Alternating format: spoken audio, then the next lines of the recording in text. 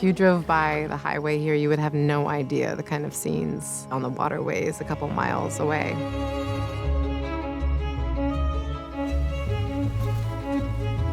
Yeah, it looks like something out of a fairy tale.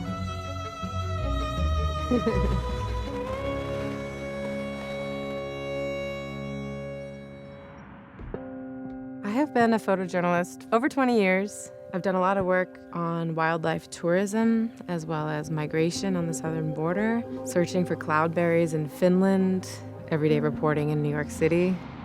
When my work does get especially heavy, I like to try to disconnect and look for some of the quieter stories that allow me to spend time in nature.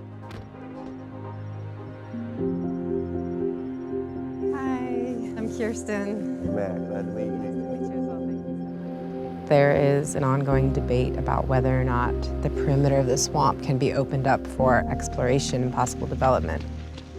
The Okefenokee is shaped like a basin, and so anything that would compromise the structure of it could affect the water levels, could affect the biodiversity, and could have long-range consequences. That red lichen growing on that tree is the indicator of very high air quality.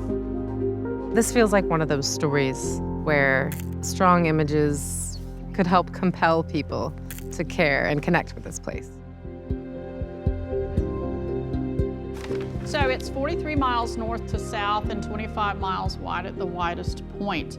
It's really important to me to spend time with local people to understand what people here want and need from this place. You can forget everything you know about swamps when you come to Okefenokee because it's that different. It's that unique. So the Okefenokee is not only the largest completely freshwater swamp in North America, but it's also the largest national wildlife refuge east of the Mississippi River. There are hundreds of species of birds, dozens of mammal species, dozens of fish species, frogs, amphibians. Since the swamp only averages 2 to 3 feet deep, if you drop it 6 inches, you have changed the whole ecosystem. You drop it a foot, and a lot of what we see out here in the prairie is going to be just dry peat and dry land, and eventually your alligators and all your creatures that have to have the water, they're going to be forced into smaller areas. So if you drop it a foot, you're changing the whole entire swamp. If you get water flowing in here from the agricultural areas or urban areas and stuff like that, it's going to bring all kind of pollution that we've never had here before. Everything is connected. If you take one part of an ecosystem like this out, that can have far-reaching consequences. By listening to scientists and environmentalists talk about how easily the ecosystem could be compromised and how hard it would be to undo that, it seems like an important time to shed light on the importance of preservation.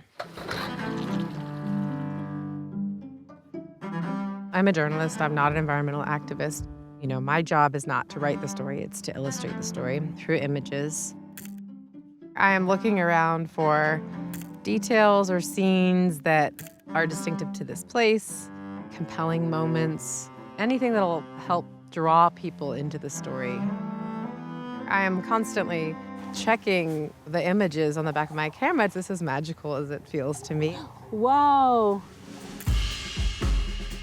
I think for quieter stories like this, it's a really nice excuse to keep a small kit.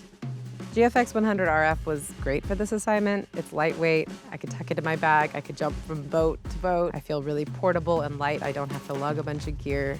I loved the digital teleconversion where I could crop in to get a little bit closer to things when I was on the boat. The files are so big that you can crop in and the detail is still there.